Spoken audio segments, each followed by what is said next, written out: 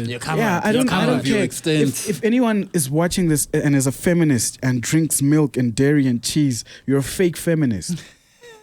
You don't care about female cows. You don't care about females. You care about this certain subsection of ape females. So right? so that you're not a feminist. That leaves the question with your morality is then also another imagined reality. Yes.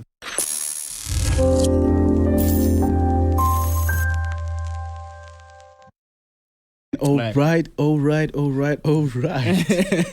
We're back. Third intro, by the way. This is the third time we're doing this introduction. You don't want to know. You don't want to know. Abby's book club. We're doing it a little bit different today, right? We got the special bottle of wine. Katli, please pass me the wine. Sure, you can. Again. 100%. Right. Today we've got with us, right? I don't know what camera, if you can see that. So we got with us a 2020 Pinotage by Nederberg, right? Very special selection of grape.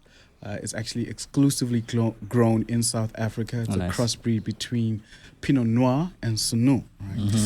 Sanson. Sorry. You're good. It's a difficult word. It's a French word. It's a French word. Yeah. It was developed in 1925 by a professor at Stellenbosch University named Abraham Perrault. All right. Please pour us glasses. Abraham Perrault.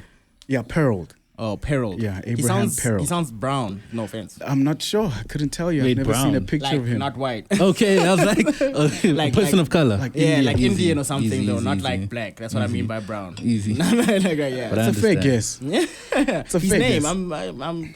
I'm being. Jeez, Katli, that's to the brim, hey? Yeah, for me, just a I mean, bit. guys, it's a heavy book. It's just want to have a heavy discussion. Say when. Just a bit. Yeah, right there. Yeah, please sort me out. We're definitely gonna need wine for today's conversation. 100%. Right. I'm trying to make sure. Also, I drink. I'm not trying to hide that. I was about to say that.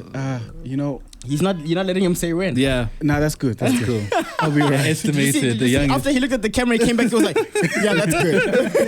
It's like, oh shit! Holy shit! Just cork it. Where's the cork? Yeah. Awesome. Anyway, this is new, eh? This is new. Yeah, this is new. Listen, guys, I thought we're going to need wine for this conversation and for future episodes, right? The idea is to pair our conversations with a great bottle of wine. Yeah. Wine is a new culture that I'm learning to appreciate. We cultivated wine in Africa for a very long time. Ever since, for more than 3,000 years ago, you can see rock paintings in Egypt where they celebrate wine, right? And also, to the point where it's religious, right? Jesus turned water into wine. And supposedly, because before that, there was Osiris. I don't know if you guys know the passions of Osiris. Egypt, right? Egyptian king. Egypt, right? And he turned water into wine. Yeah. That being said, right. If our previous conversations were controversial, oh God, this is another one. And I think the only controversial conversation we've had was Dao De Ching. You think? Not even Chino Achebe? Chino Achebe was pretty controversial. How? That was controversial. It's not normal to hear such comments. What did we say on there that was controversial though? So, were we worthy of being slaves? That was the only thing. No, but also it touches on religious elements as well. Yeah, I think anything that touches religion is deemed automatically controversial, especially in this cancel culture that we live in. You don't know when you're offending someone. So, I mean, it's important conversations. Yeah. But not this platform. This platform doesn't. I've gotten over. We're not thinking about the cancel. We're waiting for it. Cancel us. Please do it. We can't avoid it. The more you know, the more people you offend, unfortunately. Cancel us, dude. Do it. And, what's really controversial about this book is that it doesn't just disrespect religion. I feel like it heavily disrespects religion. But it also disrespects whole species. Like this thing, if you're not willing to accept the facts for what they are, this will be offensive to you. If you're an emotional person, you might even throw this book away. You might be like, you might stop reading. Yeah, Take some time. We did lose a lot of readers this book, right? Like we had almost 10 plus readers last book. We brought out Sapiens. They were like I am not joining this book. Not this month. Not this month, yeah. I was on YouTube, right? Yeah. And I look at reviews for every book that we read, right? So I was checking out reviews. Okay, Sapiens, reviews. What do people have to say before I go into it? Right. And every comment that was negative about the book was from a religious perspective.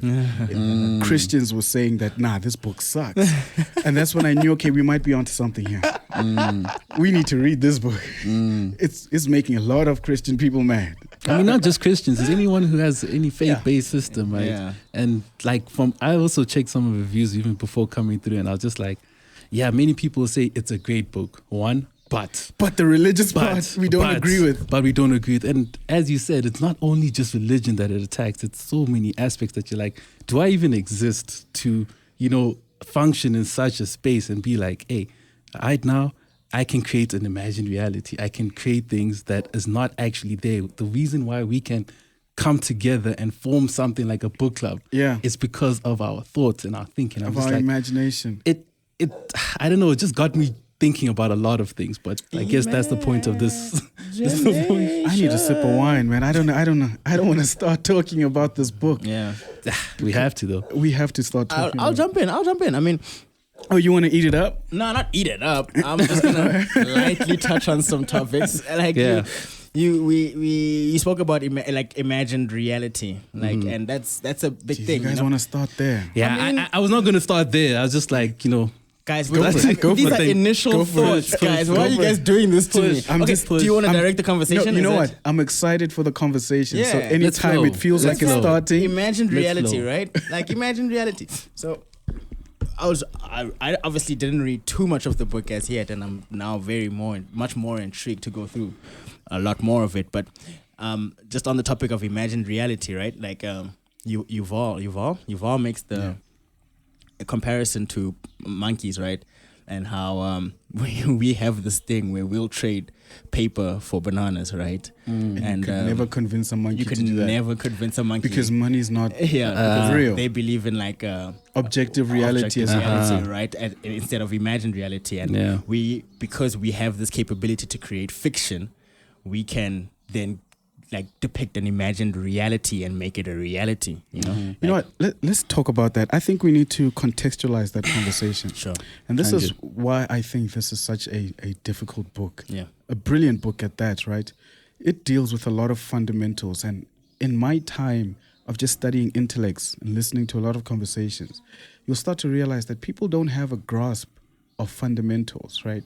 So people's fundamental understanding of life is that God created two white people in a garden somewhere, and a snake convinced them to eat an apple. They don't have to be white. They could have been black too. No, they were white. It was Adam and Eve. I mean, they could have been. Cool. Yeah. I mean, a lot. Like now we're depicting the Christians, right?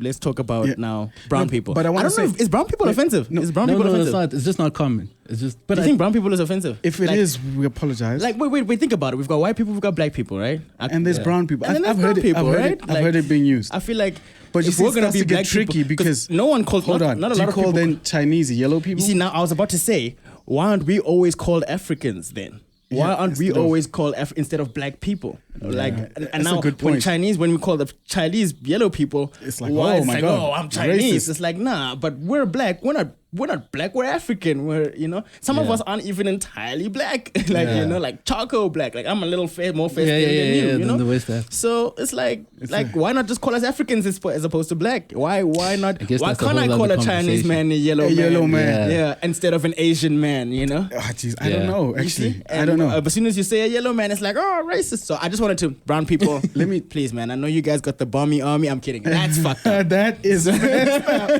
That's you know what? But I'm showing you a difference. Turn half podcast off. You know what? Just a joke. Just jokes. You just said something that could trigger a lot of people. That's really offensive, right? And I have a contention with people getting offended when conversations have to be had, right? And I'm asking. I'm not saying you're yellow. No, I'm asking. But check this out, right? You see, the thing is, I've realized that most of our conversations about anything are emotional, right? So now I can't talk to you about your religion and completely disrespect it just with words, right? It's not a big deal. Yeah. It's just with words without you emotionally reacting to stuff. And I was talking to Katlego yesterday as well while we were at a restaurant, and I was telling him, I was like, this emotional reaction that we have to things is fake. It's not real. And it's the barrier between true understanding and intellect, right? So we're going to chat a little bit about some of the things that we're emotional about. I've written a note in my books. I've written a note about some of the places where we're hypocrites, but when we react to certain situations, we do so, I don't know, with this confidence that what we believe in means something because of how much we feel, right? Yeah. We'll get to that. I wanted to talk about fundamentals, right? And I was framing it with the Christian fundamental understanding of life because I feel like we attack Christians too often on the show. I just feel like we go. I grew up Christian. 100%.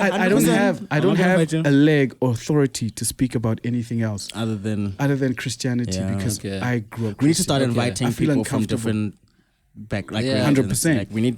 Maybe we should have like and maybe this shouldn't be edited, but maybe we should have like a guest thing actually, you know, because we're always here. Like we're always here. Yeah. And then maybe we should have like a guest thing, like, where we always have like one guest who, you know, can shed some light, because we're always here. And the more we hang together and the more we start talking, the more we start to share similar views and you know, so we need something like fresh. outside of this, me and Masego and you and I, Emmanuel, will have conversations that will change my perspective. I mean, look, I'm vegetarian now. You know, so it's like, you know, outside of I want to eat up this fundamental chat because everything you're mentioning is supposed to somewhere fall into the conversation. Into the book. Okay, Vegetarianism, those are all morals, right. but 100%. Right. Right? Yeah. I'm speaking from a Christian perspective. Cool. And the point really is that we have a poor understanding of fundamental reality, right? A lot of objective reality. 100%. When you say fundamental, is that what you? Yeah, the basics. Reality, The more I realize people don't have a sound grasp of the basics that make them. Right? They don't understand their own basics and they've built complexities on a weak foundation. They don't have a foundation of thinking. Right. They don't have a foundational perspective of what life is. Right. Let me prove my point. Think for yourself. Go for it. Emmanuel, so I'm gonna give you a line of questioning because I know up until recently you were still strong Christian, right? Yes. And I wanna and could possibly still be. Yeah. I wanna ask you, 100. when you were Christian. I'm kidding. Talk to me.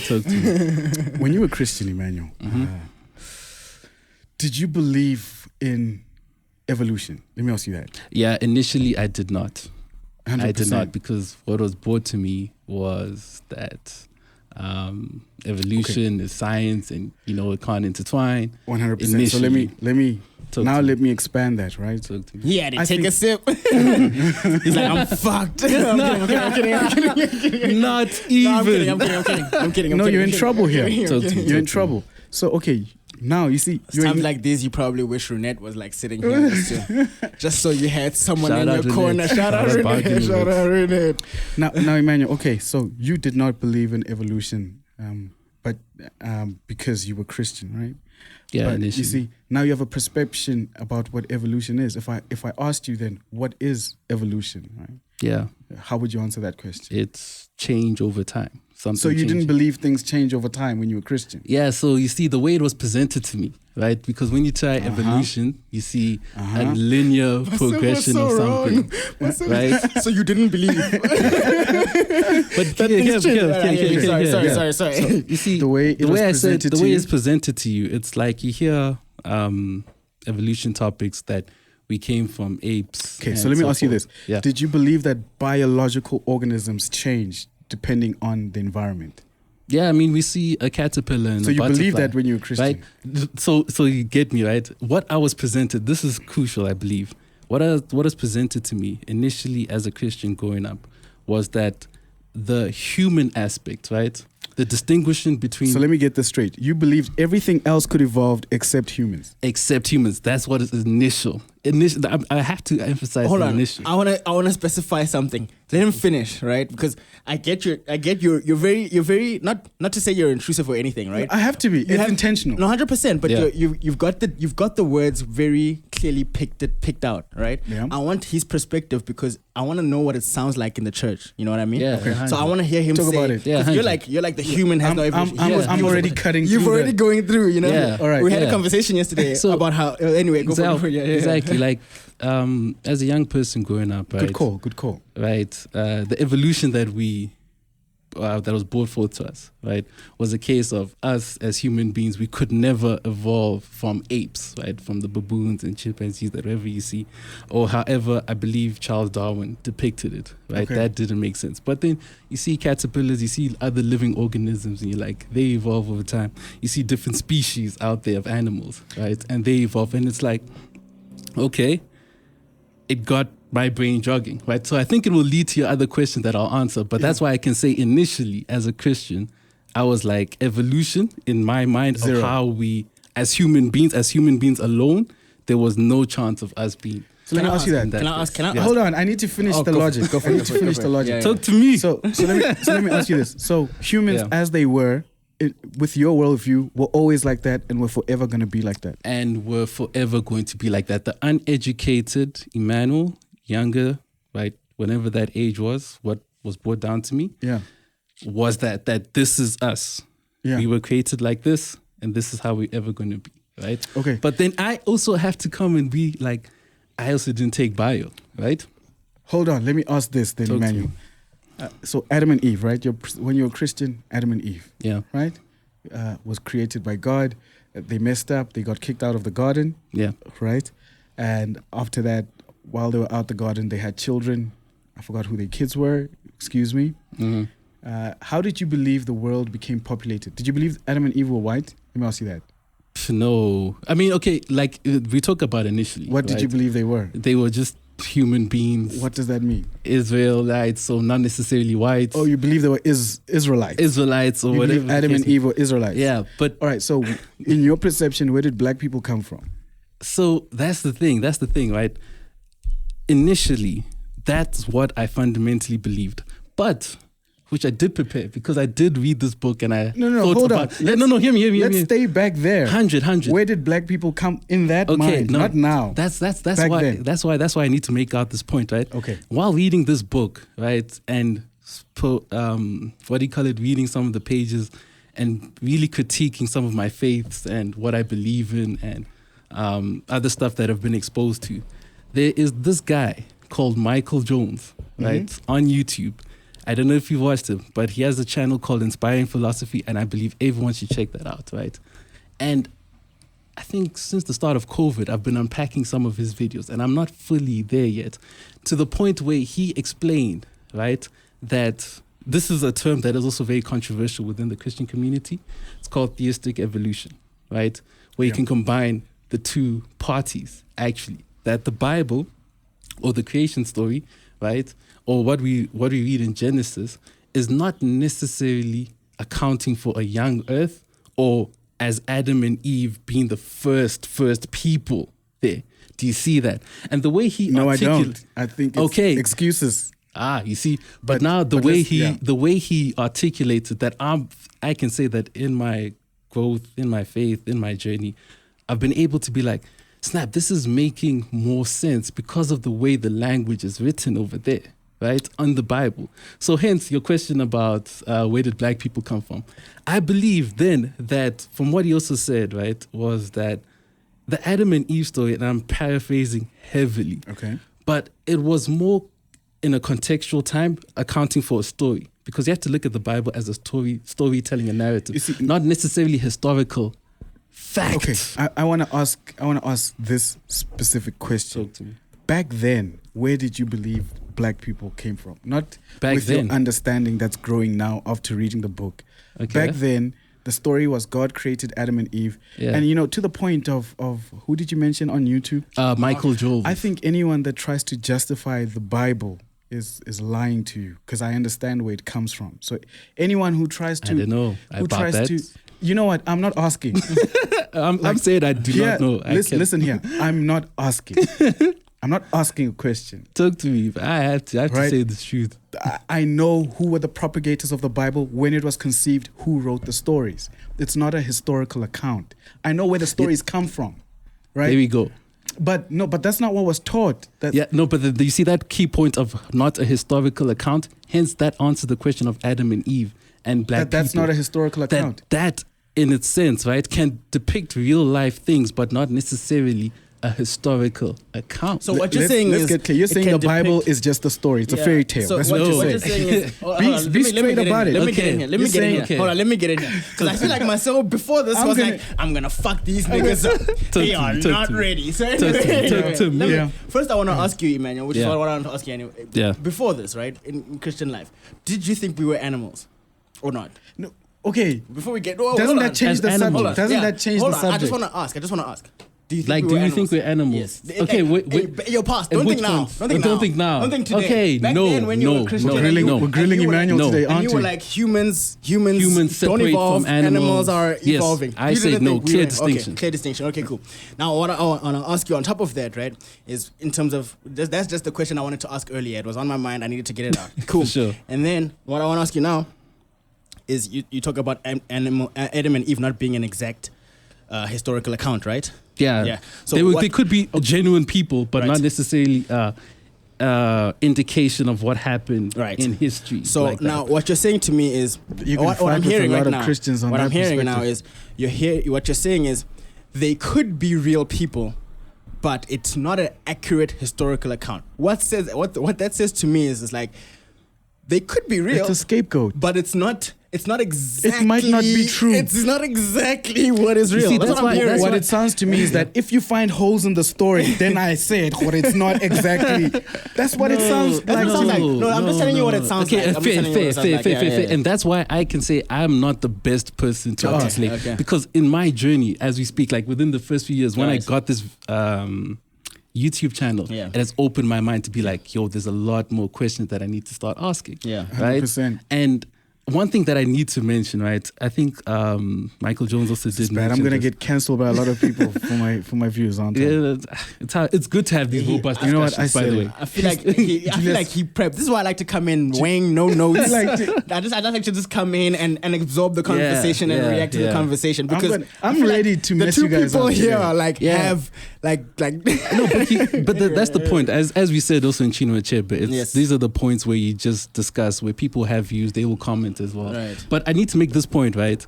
One thing that he did say on the channel, right? He was referencing this other Irish mathematician, Dr. John Lennox, right? And he was saying that as a Christian, you do not necessarily need to accept the young earth creation view. Right, so there's a whole book that he wrote, 7 Days That Divided the World. I am yet to read it. I'm sure my brother has read it. Let right? me tell you what's going on, Emmanuel. But let him finish. check me out, right? Man. Check me out, right? Okay. It's like early Christian theologians believed that the earth was centered, right? It was fixed in time, right? It was fixed And it does flat. not and flat. Oh, I don't know about flat, Yeah. but it was fixed flat for a time. Yeah, it was flat, right? And these are early So Christian there's four corners of theologians, the right? And then I think they were referencing Psalm 93 verse 1 where it says, yes, the world was established and it shall never be moved, right? You look at a sentence like that and you'd be like, okay, therefore everything else revolves around the earth. And then we figured out that that is not true. So hence that must be a metaphor. So the usage of metaphors, right, in the Bible is crucial also to this conversation, I believe, right? Okay. So I think Here's- metaphors aren't here's- accurate. That's how I feel. But anyway, go for it, myself. Go for it. talk to Personal. I'm just. This is throwing why I it was in there, asking. yes. And you know what? This might be proving the point that I was trying to make That in the was disgusting, beginning. but there was a cork in my glass. This might be proving the point that I was trying to make in the beginning, that Yeah. most people, right? Most people don't have a good understanding of the fundamentals of what makes them Human. them, right? Most people are confused.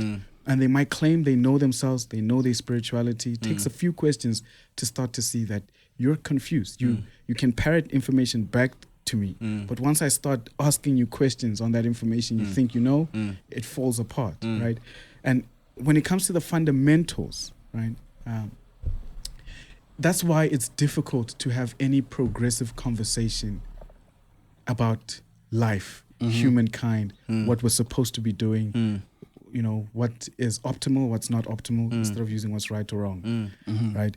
In terms of Christianity, Emmanuel, the reason why I'm so dismissive, right, and Katlego can see that I'm like- cutting in. He's like, No, 100%. But it's fine. Like I know Masego for that. Like, so no, it's come calm. on, 100%. Calm. No, But I'm just saying, also for the viewers, you know, just like They need to listen. Also, I think it's better if we, you know, we're showing them that we didn't come here prepared to falsify everything that you guys know and love. We're coming here to have a discuss discussion. That's the important part. 100%. About I feel like tough the topics. problem is, and I feel like the problem is in a discussion, there's a lot of views. You need to let the view come out before you say, hey, I'm going to tell you what you're talking about right now, and you're talking about fuck all. You know what I mean? That's how I feel. There's this guy. What's his name? I'm forgetting his name. It's Dr. John Henry Clark.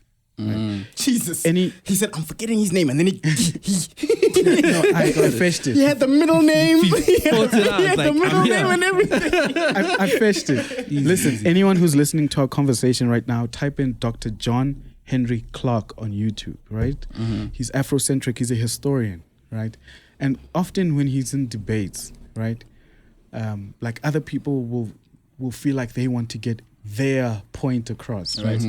And he'll confidently sit there and he'll say, you know what, I only debate with my equals. To all others, I teach. He says that, and then everyone gets offended. Like what the hell did this person just say? Those are bars. He just say he only debates with his equal. Everyone else he teaches. Very high ego. So if we're going to talk about religion, I've studied it. I've studied it since high school. Christianity. Religiously, yes. Christianity. And many other religions. Well, I mean, we just talked about how from you the perspective of yeah. I don't know a lot about others, Yes. but Christianity I studied That's a your lot. basis Yes, point. yes. That's my anchor. I still know stuff about other things, but I'm not confident yet to speak for them Yes. 100. or speak on their behalf, right? And when it comes to Christianity, you see, I'm not guessing. I'm not like maybe some things were not historical Metaphors. account. I'm sorry. After you said telling metaphors, I was like, come No, on, man, legit. yo. Come on, man. Yo. Come on, Legit, man, yo. guys, when they say Jesus is a door, he's not an actual door. The door is a metaphor. But like that, man. do you hear that example, right? Is Jesus, like Jesus is the okay? door. What about Jesus is the one and only child of God, son of Yeah, God? but Is then- that a metaphor? But then you see when Is that a metaphor? you said when Jesus is the only son of God. No, that was a clear direct. That's not a metaphor. Yeah, but then that's the example I made with Psalms That one 93 is, verse so how 1. do you tell? How do you know what's real and what's a metaphor? You see, that's the thing where it's like it's a passage, right? You have to recognize the poetic language. has left us. But then, okay, no. I'm brutal, right? No. What's funny? You know what's What's you know funny? why it's funny? Talk to It's me. because it's like Talk to me. it's like Say something. Okay, hold on. Okay, what about? It's okay, like, so- it's like, Yeah, it's like- yeah, go for it. It's go for like it. I think one of the examples that Dr. Lennox said was that we have to look at what is directly applicable and what is metaphors. It's not clearly stated because you have to realize that this is also a book that is Okay. written. What about right? the part where I have to accept Jesus as my one and only Savior or I'll burn in hell? How is that directly applicable or is it? Yeah, not? you will say, like, if you're coming from a biblical perspective, that is directly applicable. But I'm saying that you have to also catch the metaphors that are in the Bible. How right? can you tell? How can you tell? That Okay. one, it's intellect. I think Jesus- that's what comes with maturity as well. Jesus turned water into wine. Yeah. Was that a metaphor? Was it literal? It's most probably literal, most likely literal. If you have Did turn that- water So into you wine. can't, Yeah. you Okay. can't tell if it's So a hold on. metaphor or not. Hold on. Yeah. Hold on. Talk to me. Let me provide some clarity Yeah, to the conversation. Yeah. Right. Back in Egypt, right? They have something called the Nile River. yeah. Right? Are you guys listening? And it's poetic. Maybe we were supposed to have wine for this conversation. I'm like done with my first lesson. All right. So listen to this. And I need you guys to really listen to this. I'm listening. You're listening, right? Yeah. In Egypt, we have the Nile River, right? It's Right. not just in Egypt, it goes travels across a all the way lot of down. North Africa, right? We have the Nile River. Every year, the Nile River floods, right? You can look this up right now. It's called the inundation of the Nile, Yeah. right? The Nile River floods. And when it floods, the people that were staying on the land then move up higher ground to not be caught by the floods, right? And then after some time, then they come back down, right? So it's called the inundation of the Nile. Also, as it floods, it catches some, I think it's called sediment. I might be messing up the words, right? It catches some sediment, some clay that forms next to the riverbed, et cetera, But you can look this up. The Nile actually turns red, right? So, or brown, right? Because of the minerals that are in the soil. When it starts flooding, the minerals that it now captures From the soil. From And the then when soil, it comes back. yeah, from the It sediment. comes back with the same. Yeah. 100%. So there's a time where the Nile then turns red, right? It turns red. Right? Now, Egyptians came up with a metaphor, a story, right? About how God turned water they were cultivating wine at that time. They came up then with the story about how God turned water into wine, right? Also, with the flooding of the Nile and the crops that that season, the crops that it then, nourishes, right? As the Nile floods, it nourishes the vineyards, the grapevines at the time. So the flooding of the Nile, not only does the water turn red, at some point then we know that during that season, the water is going to, nourish the vineyards and the wines. And that's why there's those Egyptian paintings where people are, is that someone at the gate? I think it's a taxi. I don't think he's here. I think it's a taxi passing. Just double check. Oh, it's your dad, yeah. It's my dad. Snap. All right. Jeez, okay, so we're going to pause this. Hold on, Katlego. We're going to pause this and we're going to come back right after this. We have to come back. We have to come back. Lady.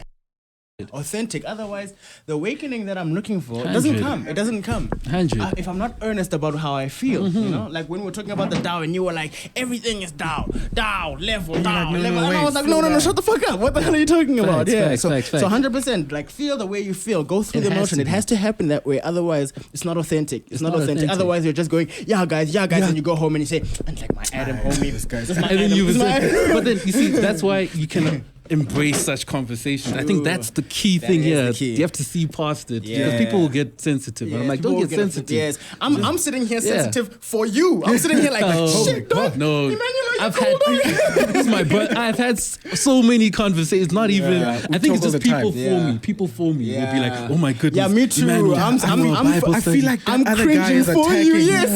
Yes. I'm cringing over here for Emmanuel. I'm like, it's oh calm. I don't like Calm. Masego. He thinks he knows a lot.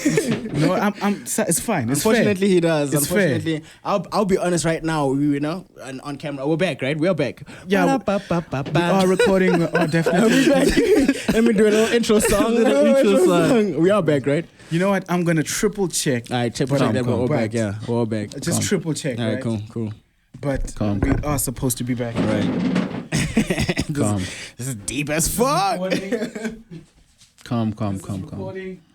But yeah, you need to speak your truth and what you know. Otherwise, yeah. Otherwise, you'll get some resentment. Yes, Be like, oh my yes. goodness. But I'm like, No. this is the platform for You it. can't be mad at information. Right. Information. Yes. If it's Yeah, false, yeah. disregard So, it. I just wanted to say before we go in, you know, Masego talks about how he's gotten through the knowledge, through all this experience and everything. Hi. Sure. We're greeting Masego's dad in the background. Yeah, so Masego talks about how he's been through this. Guys, it is not a lie. Like, I'm someone who sounds educated probably, and you probably at home like, oh, this is the right group of people to be having a discussion on this book. This is one man who's done more research. Masego, Okay.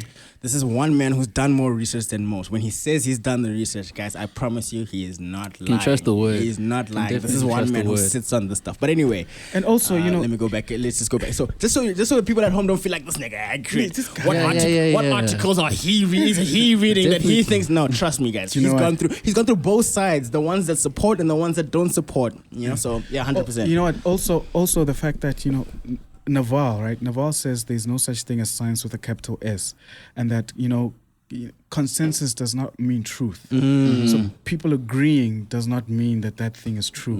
So whenever you start, and also, I think it's Yuval Noah Harari says that not everyone is built equal, right? He says that if you are religious, then you believe everyone was created equal, everyone is the child of God. But he's from an evolutionary standpoint, he says not everyone is created equal. Therefore, not everyone is going to agree. Right? Naval also talks about how he cares about the smartest person in the room telling us what's going on. Not really that everybody agrees. He doesn't care about that. He doesn't care about the average. He wants to know the guy who's shooting above the rest. That's the information that he wants to eat up, right? Right. Not necessarily that everyone agrees with him. And I want to say this. I was talking about the inundation of the Nile earlier, right? The whole point of the conversation is we're trying to figure out, right, that what if the Bible is indeed sometimes true and sometimes metaphor, which I don't doubt that it is to some degree. I don't doubt that the events were inspired by things that were happening, right? So there's obviously elements that were just taken as it was. But I guess I'm dealing with the fundamental premise of what the Bible is suggesting is the nature of reality, right? So I was telling a story about the inundation of the Nile and how the sea then turns red, and then also how it waters the wine crops at the time. So literally, then Egyptians have a story. Right now, because I don't have the reference with me, I can't pull up exactly what pyramid text this was in. But this is objective. This is written, right? They have a story about, I don't know if it was Osiris, but a divine being turning water into wine. You know, a few years later, Jiggy, there's a story about God turning water into a wine, and we're supposed, or Jesus turning water into wine, and we're supposed to take it literally. In fact, if you take, here's another documentary, just to show you that, you know, and I'm pulling this off my head without notes. There's a documentary called The Conspiracy to Invent Jesus Christ. What is it called? The Roman Conspiracy to Invent Jesus Christ, I believe. You can also check that out. It talks about the Caesars at that time, the Flavian dynasty, and how they went about curating this Messiah, right? Messianic culture always existed. So the idea that some person is imbued with something beyond us, he's a prophet, right? But it was a culture of prophecy. Like somebody would come with all this knowledge, and just like how I can come across as a prophet, if, for example, Yuval could come across as a prophet if the things that he was saying then come true, right? Bob Marley was prophetic, right? Kendrick is our modern day prophet, right? High power. Right? Everybody put three fingers in the air. I feel like there's a religion. But Bob Marley was a prophet, right? Now just imagine 5,000 years later, he becomes a mythic figure that people worship, right? So we didn't, before Christianity, there wasn't this savior complex that we need to be saved from ourselves, right? That was a narrative that was then curated for specific agendas, and then you can go into it. I gave you an example of a story that exists in Egyptian culture that was straight up plagiarized and put into the Bible. You can't tell me it was a literal event because I know where the story comes from. That's why I'm debunking it with so much conviction. Okay, but then when you say you can't say it's a literal event, are you saying that the Egyptian one's a literal event? No, it's a metaphor for the Nile River and it watering. It's a metaphor. So you're saying in general, all are metaphors like that? Okay. Yes. I think like think of because we spoke about how English is too hard to define certain things, right? We can't use English to. So when Egyptians were transcribing, they weren't writing English. Literally. They weren't writing literally. They were writing hieroglyphics. So their writing was in like kind of how we say Nakayamatlo. We say doctor for eyes. You guys have optometrist, right? Yeah, 100%. So it's like the Egyptians also were trying to say, you know, they had their own thing. They had their own thing, and describe to describe the events of the water raising and going to the vineyards and nourishing them. So they kind of described it as, you know, maybe they described it as Osiris giving the I see. Telling it in a story. Telling it in a story format. And then it got translated into... And then it was used as literal. Jesus turning water to wine. And then now we're like, I'm waiting for him to perform another miracle. And it's like, look, that's not what they were really saying, also think about it this way. That's the contention for religions today, right? That is. That's the reason why Islam is like, no. Jesus, the only son of God. Jesus was a prophet. He was a prophet. Right. You mean literally the son of God? We are all sons of God. Yes. That's the contention. It's because you need to know that there were some people who didn't agree with it. And you need to know our perspective is the way it is only purely because we were colonized by Europeans. You need to know that. You need to know that we could have been colonized by... That you can't argue because we read Chinua. We can't argue. We read Chinua. We know what they were doing. We know what the missionaries were here for. We know exactly what that happened. There's the whole conversation. You read the book. Yeah, come on, Emmanuel. No, I hear you. But there's that whole other conversation of, script, biblical text, within spaces in Africa before even colonials actually pulled through. Right. So biblical text, like actual text. Wait, you said you're from West Africa? West Africa. Where was... Sorry, what say that statement again? Biblical text, right? Yes, what about this I cannot this is what I've heard. What right? are you saying? They were already in Africa, Roman Africa, in the northern parts. Ethiopia. Roman African, is that what you just said? In Africa. Okay. Oh, sorry. I thought you said Roman African. So listen, this is how you consolidate that. Yeah, right? 100. Yes, the text that are in the Bible came from Africa. That's where the spirituality came from. Yeah. I'm saying the invention of Christianity, and it wasn't biblical text back then. It was spiritual text that some That's Roman fair. came, put together, and compiled a Bible. And also, to they curate a at the story. time. I think at the time when we curated, like you said, there's remnants of biblical text, right? Yeah. From in our land, Because it right? was stolen where it from comes us. from. Where Yeah, it yeah. comes from. Now I want to talk on that. Like, if how is it that when we have these biblical texts, right, that are historic to us, how is it that they don't ask anything of us? They're just there, right? Yeah. But Like, when these guys come with the biblical text, it requires without a you change, 10% of your it requires tax. you to start Yeah, acting in a 10% of your certain money manner. is taxed. Yeah. That's how I feel. That's how I Worship feel. only That's how I this feel. God. Listen, Yeah. there's a history. In the Roman Catholic Church today, every time we pray during Mass, we say the Nicene Creed. You want to know why it's called the Nicene Creed? Because it was a creed that was actually conceded at Nicaea during a council of Romans. They came up with a creed that was supposed to teach us what the belief system is. Look up the Nicene Creed. I believe in one God, the Father Almighty, creator of heaven and earth, who was born of the Virgin Mary. That's we parrot that in church, right? That was a creed that was developed in Nicaea by the same people who then came and enslaved us. So it's like, this is a big conversation. It's a heavy conversation, and I can totally admit that I do not have all the answers. Right Yeah. there. That's Yeah. why you have such conversations. You read so many things, and hence the 100%. the change from me saying there's no such thing as evolution, young Christian, Yes. right, to me now to saying that I see that actually there's actually more to the story than what I've been brought forth, what I've been 100%. read, and these kind of 100%. conversations. And it also takes help. time. to jog your brain, to wrestle with the different texts and see it for what it is. Because I think the point of contention here is, I think I was talking to Kat off camera, but we can bring it back in, where it's like, this started off from imagined realities, right? And because we have a basis of, you have a base of Christianity, right? It's like everything actually encompasses an imagined reality. And the reason we can speak of is because we have that background from Christianity. So hence we need to scrutinize it through what Yuval Noah is saying, So, yeah. Earlier Katlego was talking about exactly. That was the first point before I interrupted so rudely with my agenda. Right? And I apologize. Glad to you everyone. said that. But Katlego's point was about fictional stories, right? Yeah. Right. And I wanted to give kind of context, right? Can I say something before you go To in? kind of where Yuval is Before you talking go about. in, you guys are gonna love what I'm about to say. So just what we're talking about, right? Yeah. Fictional context and objective context, right?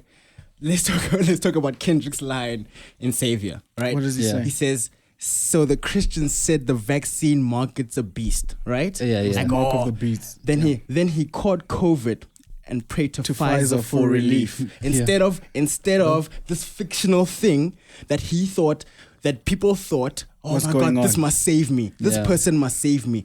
No, after he caught COVID, he was It's like, like okay, vaccine. no, You guys Pfizer need needs to to take save the me. vaccine. Pfizer, whoa. And he That's Pfizer so vaccine. irresponsible for you not to take the vaccine. Which is Yeah. changing perspective. You sit Yeah. there and you go, God will save us. God will save. This person will save. They will. And then you catch COVID and you're like, okay, I Pfizer, need a hook me up. plan. Pfizer, hook me up. Now you're need starting to Pfizer. look objectively now. You're no longer like because fictional. the Now you're like, Pfizer, do the things, dude. I need to, Katlego, that's a very important point. That 100%. That's a great point. when stuff gets real, Yes. we abandon the fiction, yes. the lie. Then we Yeah. start to look objectively. Yes. Then you start to like, okay, right? And run that back. Run that shit back, Rewind that. I guess I have a question then. I think that Right. can stem off from this, right? Sure, go for it. Is that I just want sorry, Okay, sorry. Before for you sure, say that, for sure. just For sure, so for sure. it's the same way how Africans, Jesus, were at church, but when stuff gets real, they go into the sangoma like, okay, make it make sense. last me resort, out. right? No, I still believe in God, and then some have to justify that. No, just because I'm Christian doesn't mean I can't believe in my things. And then there's all this contention because we're trying to defend things that are not Yeah, real, yeah. right? So you had a question. So yeah, the question really stems from that, is that even though, yes, we can say they're fictional, Stories. imagined realities, 100%. Subjective thoughts that we collude together and group, Sure. group and Sure. worship off of. This is my second class, by the way. I exposed myself. So if I start to act a little rowdy, you guys know why. You can see. Does that make it not true? And I'm not speaking just from a Christian perspective, right? I'm talking about just your faith or your belief in a higher power. I get what you're saying. Yeah. Does that make it still not real that just because we can come together in a group? Who was it? Was it Chinua Achebe who said Achebe. This guy. Sorry. Butchered it. But it's fine. It's calm. I don't know if it was him who said that the universe is a big place. There's no story that's not true. Even Yuval says that you just need enough people to believe it, and then it becomes okay. Yeah. So then it's true. So check this out. I get where you're confused. Truth and reality are not the same thing. Right? Rewind that. Right? It caught me late. We need the pew. We need the pew. We can hear We're gonna need to load a new sound. We're gonna need a new sound. Your own unique sound. We need a pew. Yeah. Truth and reality is like it's two different things. Truth is our perception of reality. Life is perspective. Is what we define reality as, and reality is regardless of whether we acknowledge it or not. Now, it's just is. Everything is everything. Everything is. You dog, when you do post, bro, please rewind that. Please. Or put that part in the black and white intro. Put that in the black and white intro. I'm gonna put that part. Easy. That's right. fire. So I get what you're saying, and it gets blurry. I'd like to also preface our conversation with saying there's so much we don't know, and Yuval is not coming across as a person who says he knows everything. And also me, don't misconstrue me to think I think I know a lot. I don't know a lot. This little conversation we're having, this little bit of minute knowledge that I have is insurmountable to what's really out there. So don't even take my word for gospel, right? Yeah. But there's certain things I do have clarity on, right? And which we need to talk about. Okay. I mean, before we go deeper, let's just give the audience, although we're so far into the conversation, I want to give them a little bit of context on what this book is about. What the book is about, right? So, first of all, we're reading Sapiens. I don't think we even said that. I don't think we said that. And we didn't do the thumbnail. Guys, we're reading Sapiens, guys. This is the book we're reading. And Yuval, this is your Sapiens. fault. We didn't even show the book. We just started chatting and not arguing, but having points of contention, right, in conversation. And it's like it really speaks. Let's to, make sure we got the thumbnail. Okay. It really speaks to the marvel that this book is. Wow. I think personally, it does, because we didn't. Stellenbosch Mafia. We had to. Yeah, we're doing the Stellenbosch. The other thing we had to. This was like all right, guys, let's moment get of into life or death. This is real. This is real. Let's get into this right now. We need to figure this out because I need to know what I'm doing from here. Exactly. Right. Exactly. The book is Sapiens, and the premise of the book, right, is that humans were once insignificant apes. That's the premise, right? We were once animals just like any other animal. That's what Yuval We still says, are, depending on your point of view. Depending on your point of view. He says we were in a corner in Africa, and even our population was not so great. We didn't populate the entire world, right? That happened recently. So we were somewhere in the corner of Africa as an insignificant animal, right? And something happened. We went through different revolutions, right? He mentions the agricultural revolution. He speaks of the cognitive revolution. Yeah. And he says that's really the revolution that took us from being insignificant apes into the rulers of the world, as it is today. Top of the food chain, right? as you said. So let's start here. Wow. It took a long time to get here. Katlego asked us intro. Katlego asked us the question. He asked you, he asked you about your past. Actually, he said, do you believe humans are animals? He said, what you believe there. Yes. How about now? Was there distinguish? How about now? Can you distinguih? How about now? Do you believe humans are animals? Yeah. From what I've read, and that year was half-assed. I'll be honest. no, yes. Okay. Yes. yes. Sorry. You have to make it. Katlego, do you believe humans are animals? 100%. I believe we're animals. 100%. Jeez, people are gonna to the listener. Humans are animals. No, 100%. What are these people Animals, saying? like, 100%. what do you mean? saying? I have got 100% clarity. What on do you that. mean? See all this God stuff? No clarity. Fine. 100%. We are animals, fam. 100%. That's the one you say with confidence. Yeah. We're Full not confidence. animals, Katli. We're built in the image of God. What do you mean? No. We're animals. We're apes. How are you sure? How am I sure? Yeah. It's a good question. I think because of our physical makeup, number one, like, I think once you start to think for yourself, and I'm not even going to talk about facts that I've read in the book, facts that we, pick up from anywhere else. I think you can see it from the physical signs for me, right? You look at a dog. Science. You look at a dog. No, physical signs. Physical signs. science. Like stop sign. Yeah, okay. Physical signs. Oh, like, science, not science. not science. No, Okay, physical okay, signs. okay. Like, okay, cool. Like you go and get a cow Yeah. right now and cut it open. It's got lungs, like you. It's got a heart, like you. It's got a kidney, like you. It's got a back. It's got sides. It's got legs, like you. It's got a lot of Eyes. physical makeup that seem just exactly like us, except it can't speak like us. It can't do certain things Can't like create us. imagined reality. It can't create imagined realities. Just like a monkey. A monkey, you look at a monkey, our very closest relatives as it is right now because we lost and our... we could be wrong. Sorry, I know Yuval says that. Yeah. Sorry, I didn't even mean to Yeah. cut you Go, off. go. Yuval says that they can't create imagined reality, Yeah. animals, but Yeah. we could be wrong. Exactly. Yeah, Because we that's could. the next question is Right. like, How do which we is the know? next animal Yes. to have a cognitive evolution? How do we know? Those Yeah. are bars. Those So, are bars but, right there. But continue. Yeah, 100%. Continue. Yeah, you know, like Yuval says, That's Yuval deep. says rights are a fictional thing as well, right? Yeah, You can- human you- rights. You can, yeah, human rights. You can sit down and cut a body open, and you can find the heart, you can find the kidney, just like you can in any other animal. But you you won't can't find find the human rights. rights. You won't find the rights in his body there. You won't like, oh, here his Wait, rights. Here here they are are. the human Here rights. here they are. There they are. I found them. You know, Yeah, no, fictional, 100, fictional. 100. So. Just like animal rights, so to speak, you won't find them. They're not there. They just he's an animal, just like So- you know. He's the So stuff we we're- I created. think from the physical make, just to answer your question, how do I know? I think once I start thinking for It's myself and consistent. stop consuming What like people all are these saying. things that people are saying, Yeah. you start to look at it and you look at our anatomy. You're Yeah. like, oh, heart, oh, liver. Oh, okay. Masego told us the story about how his dog got sick and had a cough, and they gave him cough medicine that we take.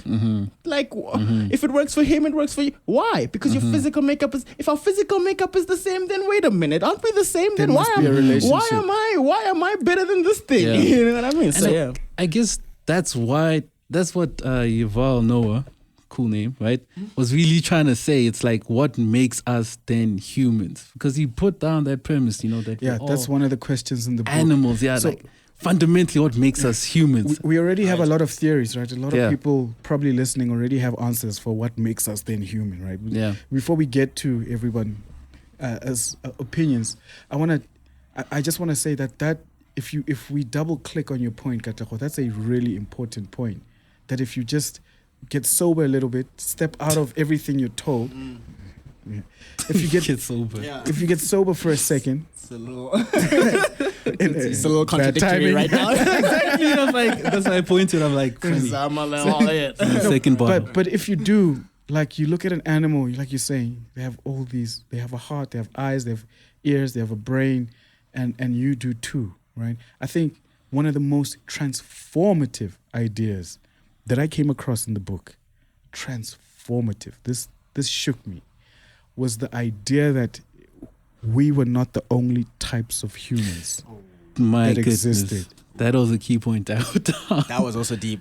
right? The How do you hidden start truth. a book I like think, that? I think the chapter was what? That's the in the secret, or the secret they don't want you to know, or something like Yes. that. He titled It's it like, something like that. Yeah. because we're the And then he only went, types Here, of your humans." cousins, and you were like, whoa. Yeah. Wait, and it's not like that's something new, right? Like Right, that, right. that in biology they didn't say that. Neanderthals, But they and didn't stuff say like it that. like that. Yeah. They didn't. And he explained it properly. I think he gave a great context. Exactly. Right. And you The also had groupings as well. the paradigm, the contention, the 2 points of contention, right? About how sapiens took over, or we mated with one another, and now It's that's two how theories. evolution. There's two theories, right? Yeah, there's two theories. I wrote them down. You have How notes. we came The notes about. guys will go into it for you guys. I'll generalize. I'll generalize. And provide the basis. Yeah. The notes guys will go Yeah. into it for you So guys. it's two theories about how we ended up being the only humans Right. on Earth, right? Right. There's the interbreeding theory, which is in the book, and there's also the replacement theory, right? Right. It talks about it. The replacement theory has been the common wisdom in the field of biology till today. It has firmer archaeological backings, and it's more politically correct. Right? I like that last point. It's more politically because that's true. Because if we start to say, if we start to talk about the other one, the interbreeding, then people will be like, wait a minute, I'm smarter than you based on my DNA. Yes. I can prove it. That's what he said. In fact, I think that was the motivation for a lot of genocides humans. True, committed before in right? really, So let's go back to Hitler. Hitler was like, we are the superior race. I think we've brought up Hitler 3 times on this podcast now. This is the 3rd time we're going to bring up Hitler. I can't recall. I think I mentioned Hitler when we were talking about the rapist. Remember when I was talking about the rapist with right? And he's coming up again. So Hitler believed that there's a superior race. There's certain DNA that we need to preserve and everything else we need to wipe out, right? Yeah. White people believe that black people are 3/5 human being and that they have superior genes. Let's say that again. Let's say that again. Because I feel like some people are like, racism is over, guys. Let's try and move. Oh my God. Say that again, please, Masego, please. So, I mean, what motivated slavery is that white people believed that black people were not fully human, that we did not have the same genetic makeup, and that their genes made them superior in their cognition, they and everything, right? So that hits we the were spot. relegated even in laws that we are not fully human. It's in the Constitution, right? Guys, say that again. It's in the American Constitution. That, we were classified as property. I feel like, especially as black people, we're trying to cover it up, sweep it under the rug. A lot of people are trying to sweep it under the rug. We're trying to just sweep it under so that don't get me wrong, it's uncomfortable, guys. I'm not trying to sit here and say, yes, let's talk about it even more. It's uncomfortable. Don't get me wrong. And we bring it up in little ways, right? But it's like, we admit it in little ways. Yes. Like you just hear, like, they think we're monkeys. They don't really, we'll say it like that, but we won't really then go into the events of history and what they've done with that information. Contextualize it. Don't just go, they think we're monkeys. Here's the reason why they think we're monkeys 100%. Right here. Here it is, backed by their scientists, right? Their scientists, and what they proved. And I want to say, right now that we're talking about the replacement theories. I was saying that a transformative point in the book was the idea that we were not the only types of humans. Right? I don't know how many people know that. And I know, just me coming not from a bio background, right? Yes. To read such text in the book and be like, we're not the only humans already, your foundations. In the beginning, it was like, what's happening? I think Masego once made a point where he was like, I think the only day we're gonna realize how fucked up we are is when another human race comes and he's like, these humans are bullshit. and he mentioned that these low level another human race popping up are bullshit. You know, actually, fuck it, we're gonna fuck it. You know, not even humans, not even a race of humans. Another species comes up and they're like, these things, man. Yeah, these hurt them. What the hell is that? Hurt them in the corner there. What the hell is this thing? Yeah, and that's when we're gonna be like, whoa. So we were fucked up. While going through this book, I realized how terrible. In the beginning, I said a lot of people's foundation is shaky about how even my foundation. Right? And it was reading that book that made me realize that there's a lot that I don't know. Facts. I didn't know the basics of biology. Facts. The basics. Facts. The basics of what makes a species. Right? I didn't even know what animals can breed with each other. Like when he made examples that I think. How we categorize species is because of what animals have a natural sexual attraction to each other, and can their kids be fertile? That was the other category. Right? We characterize, not that this is ideally the only species, we characterize it as a species based on if their children can be fertile. I didn't know that. I started when he said, for example, a donkey and a horse can have a child. A mule, and it's called a mule. Yeah, a donkey and a horse can have a child, and it's called a mule, a different biological being. Right? I started to realize I don't know what other animals can have that. I want to ask you guys a question quickly. Yeah, I mean, we're going in. This book's amazing. We're going in. I want to ask you guys a question. Then, in terms of the two theories, right? Replacement and interbreeding. I almost said interpopulation, which is, I guess, essentially the same thing. Interbreeding.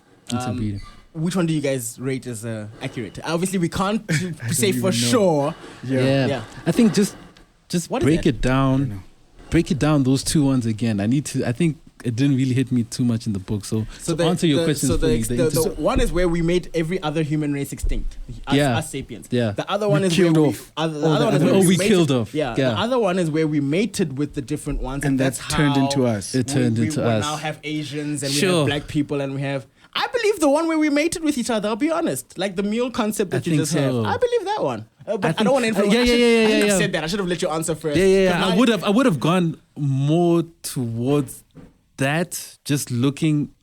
Okay, this is a very uneducated Sorry. answer. Yeah, This yeah. is like you know when just a Just what point, do you think? just What do a you think? point, What do you right? think? Out of all the books we've read, this is the most initial thought that I've actually had in terms of a book. Like in Yeah. terms of initial thoughts, it's Yeah. the most initial because I have no basis. A lot of my foundations were Yeah. rocky and stuff like that. No, So- by the end of this book, or when we you know what's fucked up about a whoa, I'm cursing a lot today, aren't I? I am sorry. I'm It's okay. gonna slow it down. It's okay. I'm gonna slow it down. What's Yeah. messed up about our podcast is that we do initial thoughts, but we don't complete them. One mean, day. well. We're not I mean, how can your final thoughts about a book a month later? Yeah. Your final thoughts years later. True. yeah. Our final thoughts. experience. Yeah, I with finally experience. Where we Yes. look back and True. watch these videos that we've created. Okay, my Right, bad, my yeah. bad, my bad. Yeah, it's we need some XP. Sure Yeah. thing. For X. I don't know. Just this is an You don't know. uneducated answer, but I would. Think we I would- interbreeded. I think we interbreeded, not necessarily that I there don't was think so. violence I don't think so. I between. think so because that's how I can explain like Eskimos and how they can stay there for so long Mm-hmm. and Can how they can but survive let's that hear- and adapt to that environment and how we've got Check this like out. this such a grand difference in our different backgrounds. I mean you can look at. Like this, in the book, it also says there are traces, and this is something that you don't want to tell the large population, but there are some traces of DNA of Neanderthals in other races. Yes, as I said, 4% in not, Europe. and not in our races. Yeah, So I think yeah. we definitely Yeah, interbreeded to I some saw degree, that. especially because of how. Fine, we're all the human race, but you can see how different we all freaking look, especially in the races. But you know what? In the book, he says that it's not that simple. 100%. He even says the fact that we can find other traces of DNA within ours does not automatically mean that the theory is true. 100%. It's a lot more grey than that. I want to put on a counter argument, to say that I believe we exterminated all the other human Sure. races. Right? And I'm saying that now because I look at how we treated other beings now, right? Yuval describes clearly how when we migrated from Africa and we went to other places, all the big mammals then got Died. extinct, Yeah. right? Yeah. We used to have 90% of them. yeah, we used to have mammoths, right? There was a type of elephant, right? We used to other kinds of mammals as well that I'm not too educated to say, but there's evidence that when we get to places, animals go extinct. You just We used kill to have everything. certain, right? And the big mammals, right, as well, are the ones that go extinct. You need to think about that.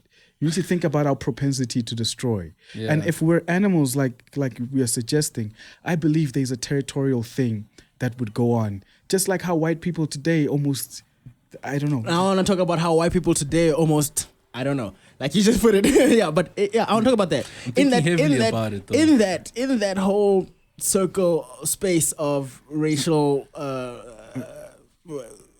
I'm looking for the word Intolerance. for racial intolerance, racial tension in that space.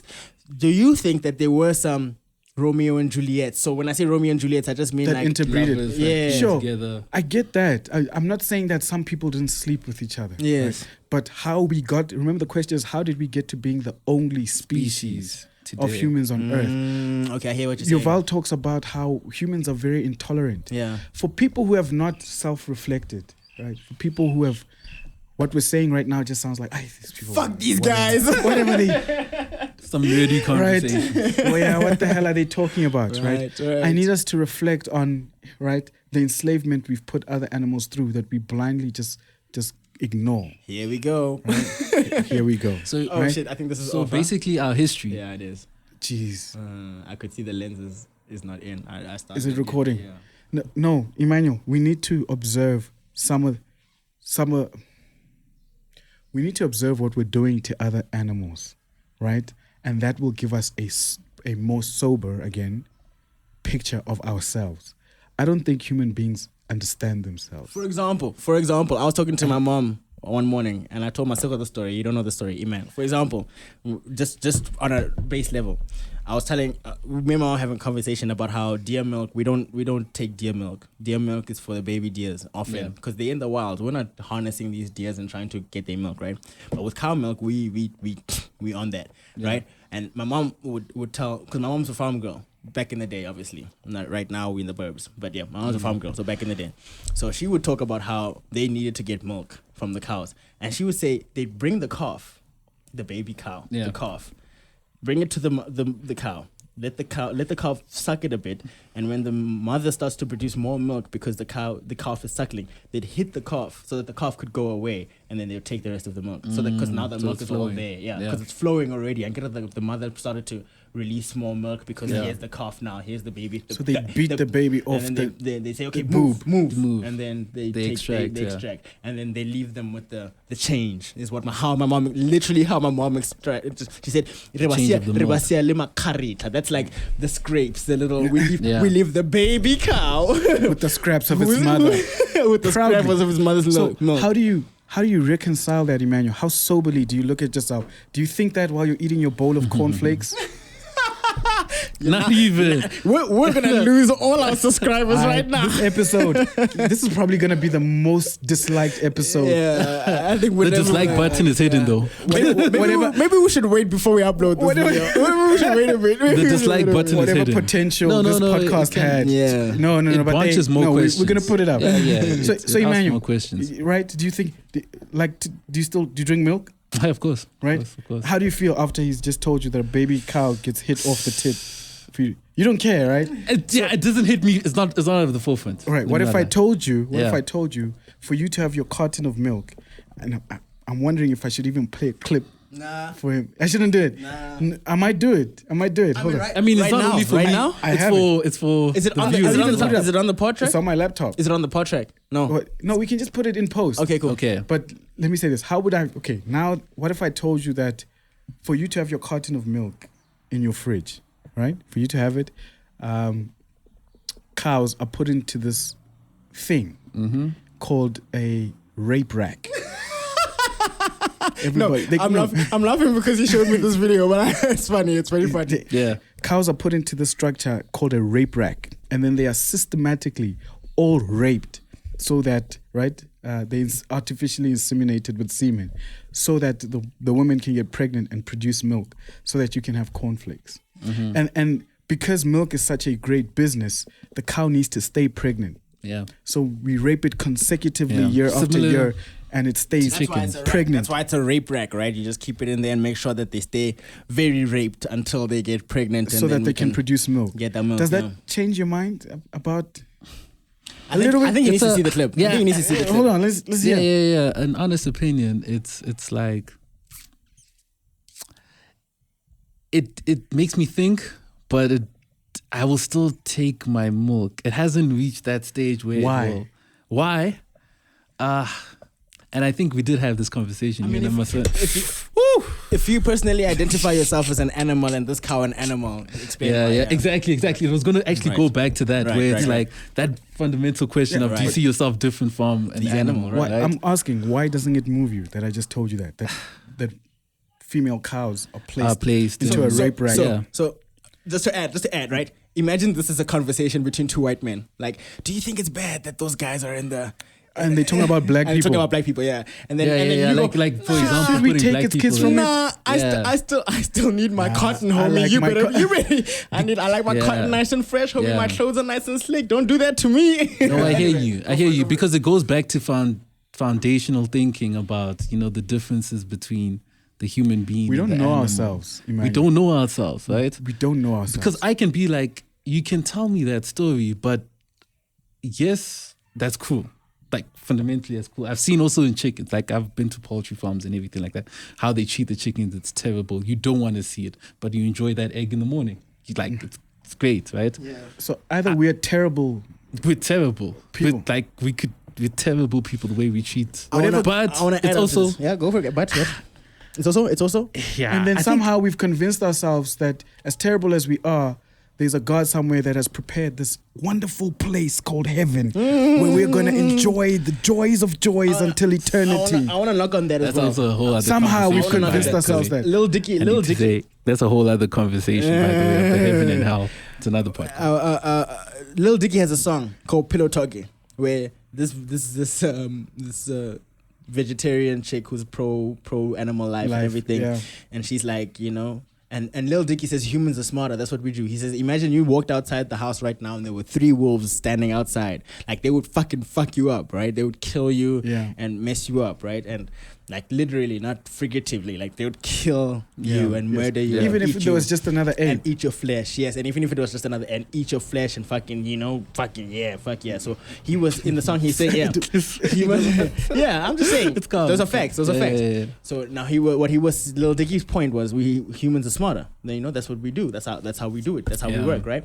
And now we're going to go back to that genus, not the genus, but that ideology that there's more evolved people than less evolved people, or more evolved animals and less evolved animals, right? How we talked about this earlier, and we all agreed. We had we didn't all agree. We had a consensus that the white race, the white population, didn't see us as fully fledged human beings. Be careful of the table. Fully fledged human beings as smart as them, as evolved as them. Yeah. The same way we see an animal as not as humanized, as not as evolved as us. Yeah. So therefore, its purpose is very minute to what we're trying to accomplish, milk, right? Yeah, you produce eggs. Yeah, your purpose is what we say it is. Yeah. Back up. And look at us now. We're fighting for our rights, fighting for the right to be decent, to be regarded as people with wants. We have rights. That's and then we turn around. Chain of events. We turn around and then systematically rape cows. Yes. Because, fuck it. They haven't asked for their rights yet. I want to read something. And they can't speak and they can't tell us that we don't they understand need their language. It's not that they can't speak. Yeah, we don't understand it's their language. Crying. Yes. Yeah. It's crying. It's clearly crying. saying, stop. Yeah. I think it is crying. I laugh, but that's not funny. Right? Yeah. I want to read. No, hold on. Go for it. I want to read something. Sorry, I just wanted to make you think. What is on your status, something. by the way? You put something up of Veganism is the most important fight we can fight.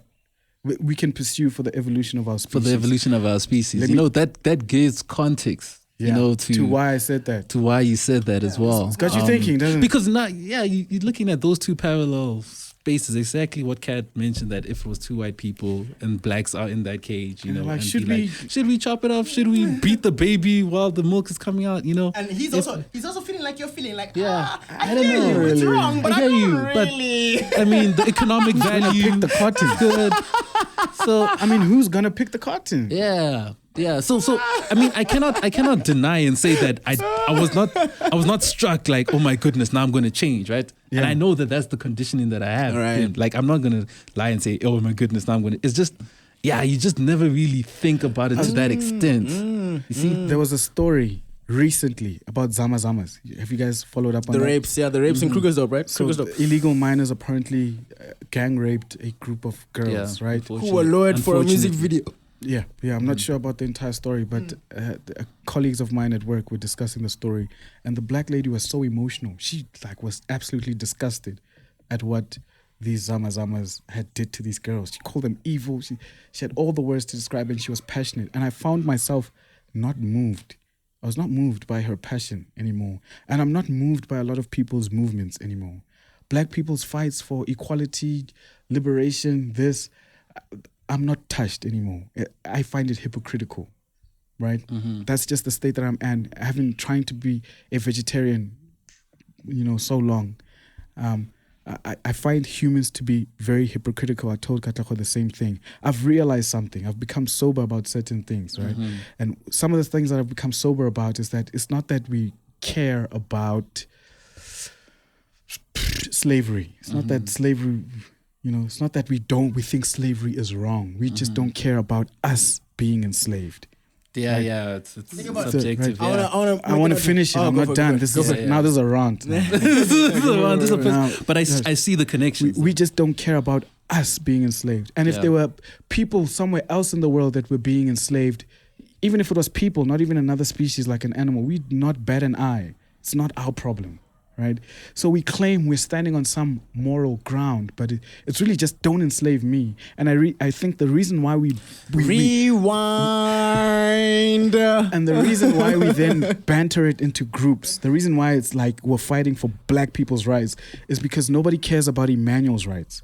So I won't say fight for my rights as Emmanuel. You'd rather say fight for black people's rights, because then automatically there's a whole group of other black people that are on your side. So then it becomes a numbers game. You're covered. Maybe you might win your fight. You're covered. Yeah, You're covered. Right. At least you're covered. Right. You're covered. Yeah, I You're don't covered. care. Extent. If anyone is watching this and is a feminist and drinks milk and dairy and cheese, you're a fake feminist.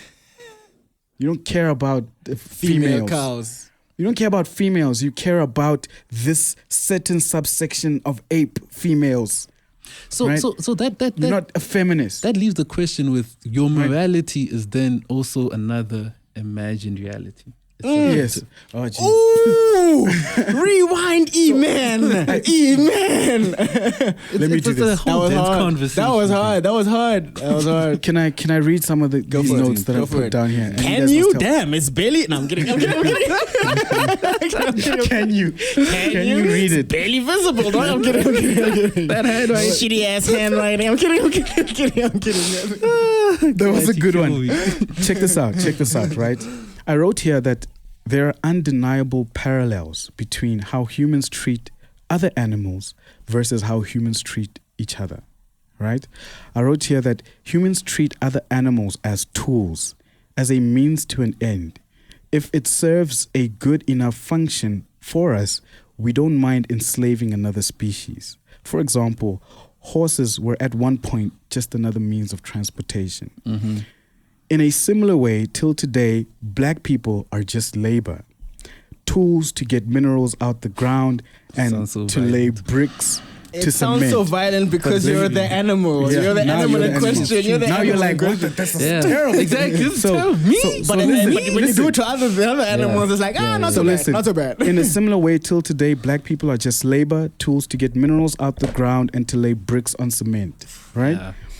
Now, when you enslave a horse to use it for transport, you need to control various aspects of its life, mainly where it lives and how it is sustained, right? And how it sustains.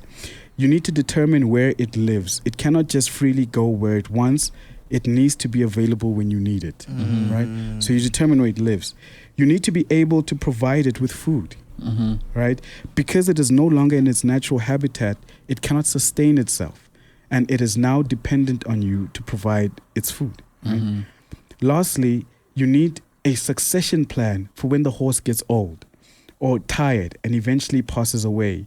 You need to relegate its children to the same fate. You can do this by training its children young how to be an optimal transportation device. Sure. Right?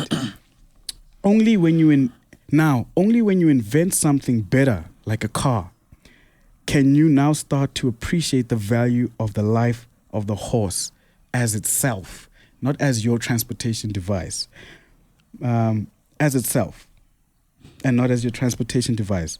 You feel indebted for all the value it's provided you, and you haven't provided to it. So you start treating it better, considering how it feels. And convincing yourself that has rights. convincing yourself and subsequently your kids that you actually love it. You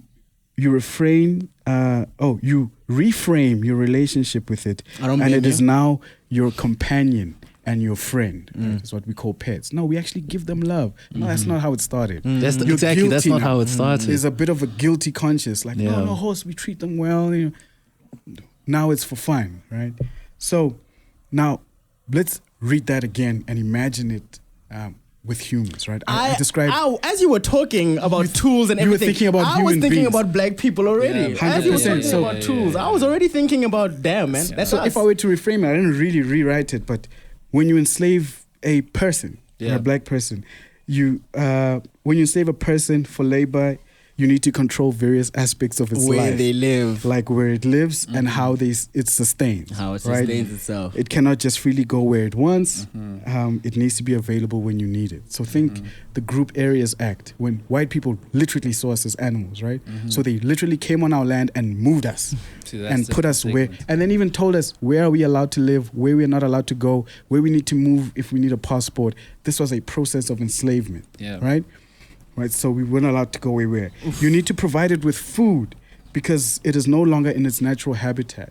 So now to eat, you need a Spar, you need a Checkers, you need a Pick and Pay. You don't even have the land to grow your own food. You can't sustain yourself. So you need to stay in the system. Snap, that's a heavy point. You need to stay earning. You need to stay laboring in order to sustain yourself. You can't have your own land to produce your own crops, you can't. Your own food, You're your a own slave. cattle. You're a slave. And the systems that are still exist today, townships, that's still relics of that slavery that's still going on. We might change the names. Our subjective reality might change about what's going on, but the objective reality is still that. The same. It's fictional. Yes, our objective reality is that we're still in that slave-like situation, right? So now we are dependent on white people for food. So the next time a white person say, if you get rid of all the white people, what about food security? Like we didn't eat before they came. We're here making sure the country has food to eat. They set up the system, that they will say. Right. So lastly, you need a succession plan for when the black person, the laborer, gets old or eventually passes away. You need to relegate its children to the same fate. You can do this by training its children education system, right? And the education that we're getting today. By training its children how to be an optimal laborer, right? Yeah. So during apartheid, there was this thing called Bantu education, where white people sat around and said, black people don't need to learn about maths and physics and science. Their jobs are going to be laborers the whole time. So why don't we just teach them how to use their hands and be laborers? So they had a system of succession as well. Like when these black people die, we're still going to need black people to do the job. So they provided the education. A well thought out system, actually. 100%. So the way that we treat animals, this is why I said I'm not moved by your human rights movement. The conversation has to be about, it has to be bigger than human rights, because otherwise it's just going to be a shifting on who's the victim. It's always going to be a shift on who's the victim. Nelson Mandela was profound. Yeah. He was profound when he says, I have fought against black domination. And I fought against white domination. Right. That was a bit profound to say that if we just fight for black power, black economic empowerment, we're going to find ourselves the perpetrators and no better than white people. Because we have we think that when we get black power, then everything's going to be perfect. That's not true. No, we're just choosing different victims. We don't want to be the victims anymore. Yeah. And we need to start being honest about stuff like that. So it's such an honest conversation. So, actually. 100%. Yeah. This book describes the agricultural revolution and our domestication and enslavement of animals as the worst crime we've ever committed. Right? Forget the crimes, forget the slaughters that would, forget Hiroshima, forget what's happening, The rapes. Hitler, what happened with Hitler and the Jews. What we're doing to animals is worse. It's a lot worse than anything that we've ever done to ourselves. Right? And we need to start realizing that in order to start creating any sort of sustainable change for how we organize societies, or for us to evolve. That's why I said veganism is the most important fight that we can pursue for the evolution of our species. That's why I truly believe it. And just to add on to that, bro, think about it. Don't you think we've gone too far? Like, I was about to say, where do we draw the line? We can survive without having to eat meat. We can. Yeah, but now we're just doing it because it's nice. At this point, dog, we're doing it because it's nice. It's no longer essential. It's no longer essential. It's only nice now. And that's why. You know what? I'm comfortable with my beef, nigga. Don't tell me about my medium rare steak. Don't do that. That's why we're doing it, because it's nice now. It's no nice. longer It's what you grew up on, right? And you know why white people still do it? Because it's fucking nice. That fucking millionaire fucking house that he's living in on the beach, where he's chilling, it's fucking nice. That's why he's oppressing you, and that's why he's doing. That's why there's corruption. That's why he does all of this shit. Because it's nice. A good time. It's nice for him. Right. So, and think about it. We used to, and so now people ask, but Africans used to eat. Why now we're not supposed to eat meat? Right? What changes the morality of eating animals? I was like, back then we were nomadic tribes, right? It was a survival thing, like Katlego was saying. You were somewhere in the middle of the You were somewhere in the middle of the savannah, and there was no fruit tree in sight. There was no vegetable crop near you, right? So, and all the other animals could kill you. So you were like well, that one looks peaceful. That thing called a cow. That's the only reason why cows are food. I used to ask people this all the time. Why do we eat cows and not Lions, foxes or other? Why do you eat a dog? No, I'd never eat a dog. Right? Well, at that time, it could kill you. You would not eat it. That's the reason why we don't eat dogs today. You wouldn't mess with now it's a dog is a domesticated animal. Its ancestors are wolf. That's why you don't eat dogs, because they were wolves. Right? They were not these things that we see today. So you ask, why do we eat chickens? Well, look at it. It's vulnerable. Yeah.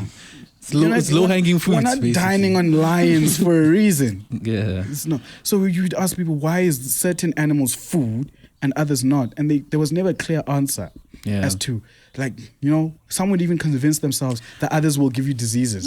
And this one won't because it's been... Yeah. I don't know. Because it's a herbivore. Because of what it eats. I just want to ask you guys a question. Do you think that all of this awareness, right, drawing these parallels between how we were treated as slaves compared to how we treat animals, right, is part of this cognitive evolution? Yes. Right? That is happening, that we become more aware. And you can feel, I wanted to say this because I was telling some friends of mine the other day that you can feel that there's a cognitive revolution happening. Right? Yeah. Especially with the veganism. I was telling Masego about this Netflix series called Game Changers that a friend was putting me on. That Check out Game Changers on Netflix. There's a bubble. You can feel it. Like there's a wall. People are like, Mara, we've gone too far now. What's going on? Too much. Yeah. Because I was like, where do you draw the lines or the boundaries, right? So drunk almost took your glass just now. About to finish it off. So I'm just thinking about him. Like, he did. Yuval Noah speaks about this cognitive evolution and all of these points, right? It's an ongoing process, right? To understand these parallels, to understand. And I think one thing you did mention was between the Black Lives Matter movement or the feminists and stuff like that. Yeah. People choose what they want to fight for. Depending on who's the victim, right? Yeah. Is that necessarily a bad thing? Or... No, but if we continue, it's just inconsistent. So I think that's it makes me question, to what end is your fight? Where do you draw the line? To what end do you is your really fight? care about people being treated fairly? Or once you get in power, are you just going to do the same thing for your other people? Yeah, you create a space just for your own I was about people. to say, never get confused when another politician say, I'm fighting for the people. You must be smarter than that. You must ask, which people? Yeah. Which people? That's a real honest question. That's right? the question. Yeah. You must be able to say, no, my fight is for the people. Which ones?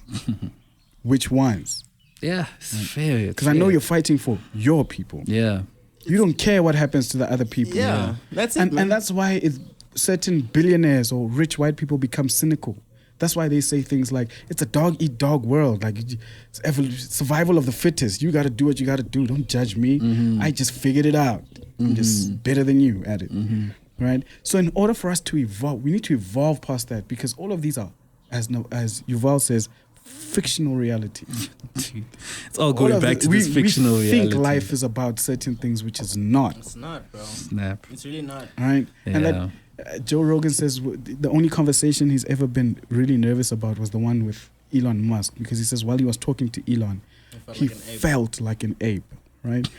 Right. Reading this book, I started to feel like, God damn. Yeah, no, this one was definitely initial. Primitive in our ways. Like, I was like, we don't know anything. We're extremely look at some people, bro. And I think about it like, we were talking about me, where we have obviously a lot of personal conversations about some of my relatives and stuff as well. If you really analyze it, you're like, man, you know, like you're very primitive. Primitive in your thinking. You're very in your thinking, in the way you act, in like what you believe is right and what is wrong. You're very They're primitive. not going to like you for that one. You can't even think for yourself. Think for yourself. They're not going to like you for that. Yeah. Primitive. Well, I'm being honest. Just chat about black people being primitive. No, for real. But that's your observation. And I'm like, dude, why are you even thinking like that? Why is that necessary? Why is it 60K in taboo a good thing? I don't understand that. You're primitive because you want your ego stroked. Yes. You want to. It's weird. You know how we got to the gold standard was because we were, as apes, we saw an ape with a gold chain and you were like, nigga. Nigga, are you seeing that guy? Shiny. Are you seeing that guy? That thing looks nice. Why does that nigga stand out like that? What the hell? Why do you and I look the same, but that nigga That clearly guy, has yeah. a difference, you know? Yeah. And then you That's went, very you know what? I animalistic. want that. I want They that. said, I want You wanna that. copy it. I want to be stroked and I want to feel important with this fucking lavish. And then it's animalistic. It is. Even the word animalistic. Because we're animals. Now think about it. Yeah. It's because we're animals. An animal is not really a bad word, right? Yeah, It's yeah. an animated mammal. That's all an animal is, right? It's an animal that's alive, right? I never heard it broken down like that. Yeah, me neither. Even when he said that, I was with him for a second. I was but looking at him. I was like, let me look away. Animated. It's just a mammal, alive it's thing. animated. Yeah. Okay. Yes, yeah. And you know what? There's a That's for the study called etymology. These words come from Latin, right? Most of the English language is borrowed from Latin. So that's how you start to get to know the meanings of certain Such words. words beyond. It's like I always say, it's like, you know, with Python. Python is a programming language that's derived from many other languages, right? So when you do certain things in Python, you don't know where this comes from, what it really means, what the computer is actually doing. The language is made easy, and I believe we use language the same way. We just say things for their function, but we don't know The what root cause. what's got even, there. yeah, and even how your mind, what's happening in your brain when you say that. Just remember that. Just remember that. Man, we're gonna get cancelled. No, this is a dense conversation. Yo, It's a dense conversation. we're in trouble for this episode. Yeah, we are. I thought I'm like we might need to delay this one a bit. We're gonna see subscribers we might start going just- down. Like I thought they were cool. but Subscribers start going down. We have 30 subscribers. No. Subscribers start going down. I really just think this will cause people to think a lot more. It's Depends. about a lot It of depends. things, I think it depends because I mean, look, like even our Dao De Ching episode, I was telling Masego that I couldn't stand with him on some of the points because I could feel like this was an attack, and Ru was there. So I was like, and Ru, if you're watching this, just so you know, I had your back the whole time because I was there. I was like, Ru is here. Ru is first time coming on our podcast. She has no idea what to expect, especially after seeing just one episode where we talked about finance in terms of Stellenbosch Mafia. She hadn't seen Chinua Achebe yet because we hadn't uploaded it yet. We're talking about Dao De Ching. and here's my soul And saying here's my Christianity source was the saying, invention "It's of a the Roman scam, church. It's a scam. You guys are being, and I'm Yeah, like, that's okay. not really- And as much as I agree with Masego, I couldn't join him in the fight because I was like, shame. Yeah. You know what I mean? I was like, Yeah. shame. This is not, you can't just rip the Band-Aid off like that. You know Yeah. what I mean? This is not No, even a fair, Band-Aid fair. anymore. This is life support that you're ripping out of Jesus, this like- person. You know I what know mean? even when some of the It's like looking at a uploads- kid. Like, don't tell them Santa Yeah. does not. Exactly. Let Yeah, them yeah. be a child. Yes, You have to guide exactly. them. Sorry, that was the worst. That was a bad example. That made it worse. That's a bad example. That's a bad example. That's a bad You example. guide them worse. through. You guide them through. Yeah, because it's even gonna some be a of the slow uploads, process. It's gonna be a slow that we've process. had. You know, that's how I'm like, you know. But that's the importance of such a platform, so that 100%. we're not just walking our day to And day, why I not enjoy- thinking fundamentally about why we're human. 100%. And why I enjoy this platform is because we're not faking it. No. You know, like Shit as is much really as how- like this is how we this think. is how it is. This is really how it is. And like with Chinua. You know, I came in and I was like, "This is barbaric." You guys remember? Yeah, I remember. You guys remember? Yeah. Me, I was I like, remember. "These Africans were barbaric." These Can I grab that? Sure. I was like, these black guys are barbaric. What the Yeah. hell is this? Yeah. This is nonsense that they're doing. Murdering twins. Black people at home watching this. You guys know we used to do that, right? Yeah. Kill the twin off. off because that was an We abomination. might be confused about who's rightfully and they king. might be doppelgangers and might fucking, we Yeah. used to do, these are real things. We used to do some gruesome shit, And you look, and after having talked about the book, spoken about it on this platform, talking to you guys about different perspective. Life is perspective. Life different is all perspective. perspective. I started to go, whoa, hold on. Oh shit. Yeah, You know, maybe there's something There's else. some too. rhyme to that reason. There's some reason Yeah. to that rhyme. Yeah. Okay. I see. You can And the build the progression, the evolution Yeah. of that behavior, Yeah. where we are today. Look at how we treat our kids. White people will never beat their child and their child shoots up the school. With us, nigga, you are getting your ass whipped if you don't fucking behave. for You better days upon behave. days. You better behave. And if you don't behave, I'ma whip your fucking ass. You can even choose the weapon they're gonna hit you with. I'ma Yeah, whip, go pick and your- they make you go go pick get the it. stick or go Go pick get it. Yeah. And I'm gonna whip your fucking ass because that's just where we were. And we go, and white people go, oh, barbaric, child abuse. And we go, you know what, I deserve that.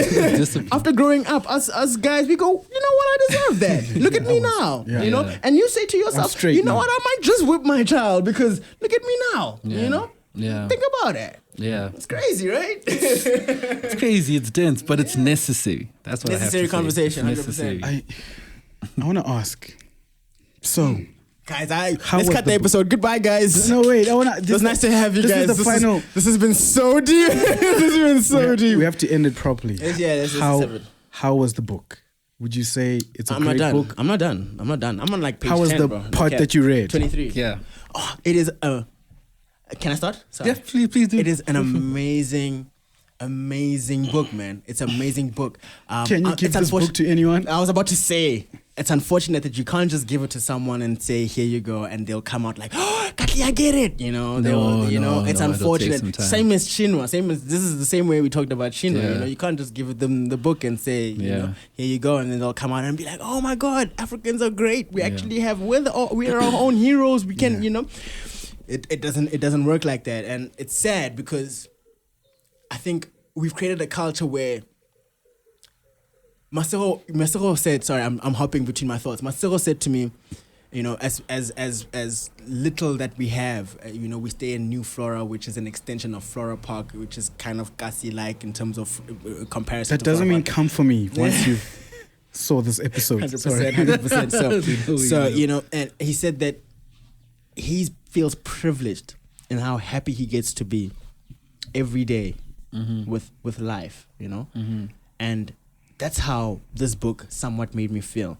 I feel privileged and to even be able to think in this manner that we are having a conversation about right now. I feel so privileged to be telling myself, you know what, I'm going to be vegetarian for these purposes. And I'm going to be happy with it. Even when you look outside, you know you're gonna get flagged. I was telling him about how shout out Robin. I don't want to name blast, but I know a girl who I used to work with. Her name was Robin. She came up to me and she was like, "I'm vegetarian. Meat is disgusting," and I dissed the shit out of her. I used to call her a grass eater. Fucking, I went in, and now when I'm on the inside looking out, I'm like, I'm so happy. I'm apologetic, Robin. I'm sorry if you're listening and watching. I'm really sorry for saying all those things, but I'm really happy. I'm really at peace. You know, because it's like, damn, not a lot of people think like this. And I was telling myself that in the darkness is the light. It's there at the end of the darkness. You have to put yourself through that. Put yourself through that chainsaw of self-thought, bro. Like the conversation we had just now about relating how white people saw us to how we see the animals. To parallel. Just think about that for yourself. Don't listen to what people are going to tell you about how meat is nice, humans are smarter, we are omnivores. We did this, we're omnivores, we're this, we're that. Don't listen to that. Think about it for yourself consciously. And you start to go, wow, this is actually not good. This is actually not good, you know? And it gave me that stance where it's like, you know what, I don't need you to support me, and I don't need my closest relative. It could be my mother, it could be my brother, it could be my girlfriend, it could be my wife, it could be my son. I don't need you to see my perspective anymore. I'm happy in my perspective. In what I know. I'm very pleased. Like I'm at peace. You don't need consensus. In what I know. I don't need consensus. I don't need all of you to agree for me to be like, this is the right thing. I know that this is the right thing. It's you know? your awareness. That's how this book made me feel. That's how this book made me feel. Genuinely. That's how it made me feel. It made me feel like, you know, we don't need the whole group consensus in order to the road less traveled. Everybody talks about that, but they don't really get it. Christ was hanged for his beliefs. You forget this. The road less traveled. People know the road less traveled, but same time we're still like, with everyone else.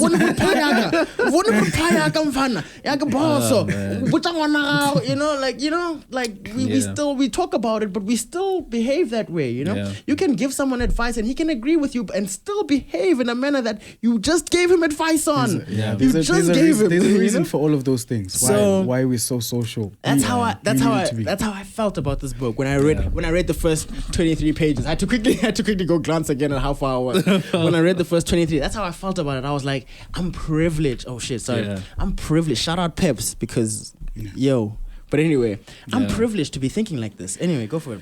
Man, we've chewed your ear off. no, it's First of all, not we, he did. I was on your side and tried to anyway. Yeah. No, it's necessary. Sorry about that. It's just a Moby cell, so it's calm. It's calm. But yeah, Yuval said this, right? He said that the better the book, the slower you read, right? And that's honestly how I felt reading this book, right? That's why I said, I think I interjected in one of Kat's comments where I was like, this is definitely initial thoughts because I am, just in the initial stages of this book, and already there's so much to ponder upon, so much to think about, like, what are my foundations as well as to how I think about how I exist in this world. Because there was a tweet I saw from Yuval sometime on Twitter, and he was talking about self-awareness. And I believe this book is adding to that, because I'm also writing a piece about self-awareness and what does that mean, and how we relate and how I know more about how I exist in this world, right? Yeah. And I'm like, this book is adding to that, because now it's not necessarily just giving me answers, it's making me question. And I think that's the most important part, for me to question everything that I've thought and be like, does this actually make sense? Is this someone just saying it for the fun of it to get people to buy his book or whatever the case may be? So I'm at that stage with this book where I'm like, this is a necessary book because it's making me ask more questions than I have ever done, like, for some time, and that is fantastic. And also, like the Tao Te Ching, it's not asking you for tithe. It's not asking you. He's not asking. He's not saying believe this or else. He's not saying that. He's just saying, here you go. Do with it what you need to. That's how I feel. It's not. It doesn't feel oppressive. Sometimes I feel like some of these books that we're so cling to save us. They force you to, okay, if I'm gonna save you, then you must. This book is saving you without even asking you to do anything. It's actually that holding hand. It's actually that holding hand that you've been looking for. Sometimes, Masego and I were discussing this trading thing, right? This whole trading thing that people are on, and you'll make money just like me. I'm a millionaire. Yeah. You should get on and stuff. As long as you pay $24.99 for the whatever for my course subscription fee. Yeah. And it's like, dude, if it really was that simple, why don't you just teach me and I'll learn and we'll both make money? Yeah. I can send you some money after I've made some money too. Are you short 1,000 or something? That's how it makes sense. And if it's so easy for you to make money, just give me money. Yeah, just give me money so I can start and then we can do it together. I don't understand. If it's that easy to continue. $24.99. And on top of that, it's like, dude, isn't it better for you if I make money and I'm indebted to you now because you showed me all of this? Yeah. Now I'm indebted to you. Whenever you start to slow down, I'll be like, yo, dude, you're slowing down. Here's some 20K like you did for me. Come back. Listen. Those stories have a purpose, and the Bible has a purpose as well. I need to emphasize that it's not just because we were crazy why these things came up.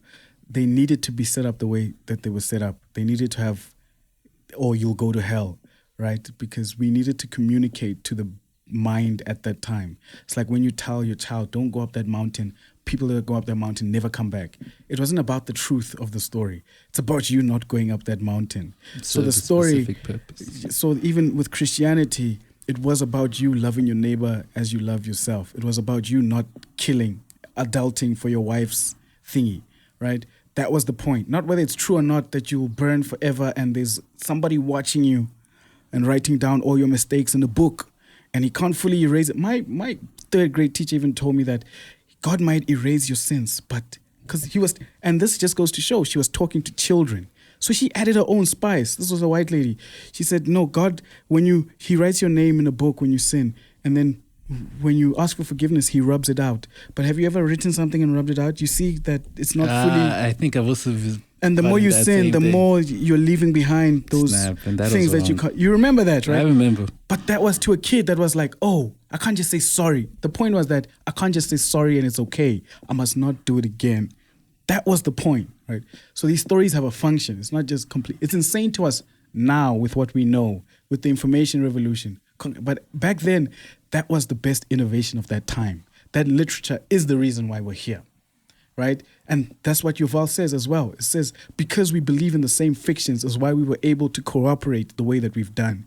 So we're standing on the shoulders of Christians. Is that Is that redeeming? Because I've been on them. No. We're standing on the shoulders of Christians right now. Nah, It's not redeeming. I think they've already stopped the video stopped the by video. now. Unsubscribed. It's too late. It's too late. It's too late. My perception of the book was that it's brilliant. I echo what Emmanuel said.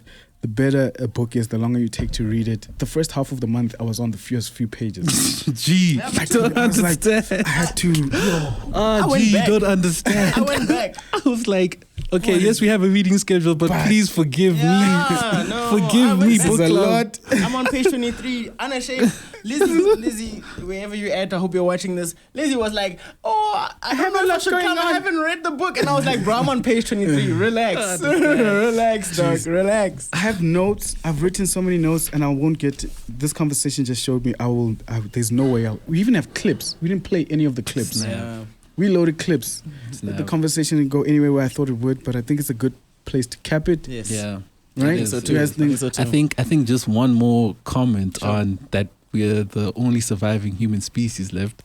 There was another one that was found, Homo naledi. I don't know if you guys heard of Oh, that. I remember in a recent 2013. discovery. Yeah. Is it still alive or it's- just fossils? Oh, no, fossils, not alive. We're still the only Homo sapiens, right? Left, yeah. But there's one called Homo naledi, and I was like, snap, found in the cradle of humankind here in SA. Oh, isn't that the one that they say is mitochondrial Eve?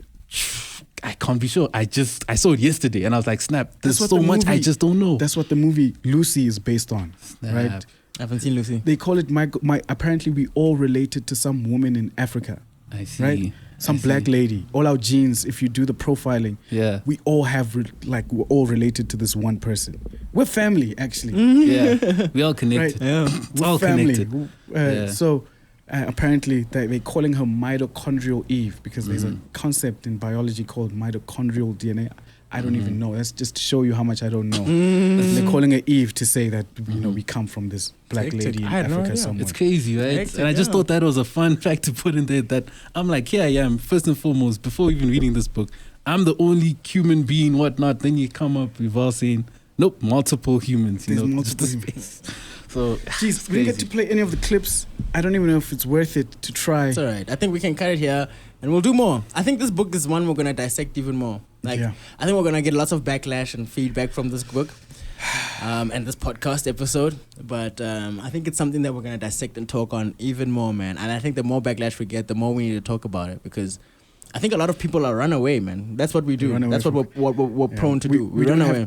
we don't have to be perfect coming up to the conversation. We no, must just have it. No, I think that's the important part that we have to make clear that you don't have to be perfect. You don't have to be all-knowing. We But want let's just everyone to talk. just have a voice But and let's discuss. talk. Yeah, talk. 'Cause And the don't be mean. knowledge- Stop. Don't be mean. Like, we're not saying fuck gonna you, be Christians. Don't be mean. They're gonna be like, mean. relax. Okay, we're having a conversation, guys. We're having it's not an attack. You know, we're having a conversation, and it's a conversation just that words. needs to be had in order for the evolution of our species. Sure, preach. You know? It's the conversation that needs to be had, man. There it is right there. Guys, Here it is. Sapiens, guys. Sapiens. Yeah. Yuval Noah Harari. Yes, sir. God damn it.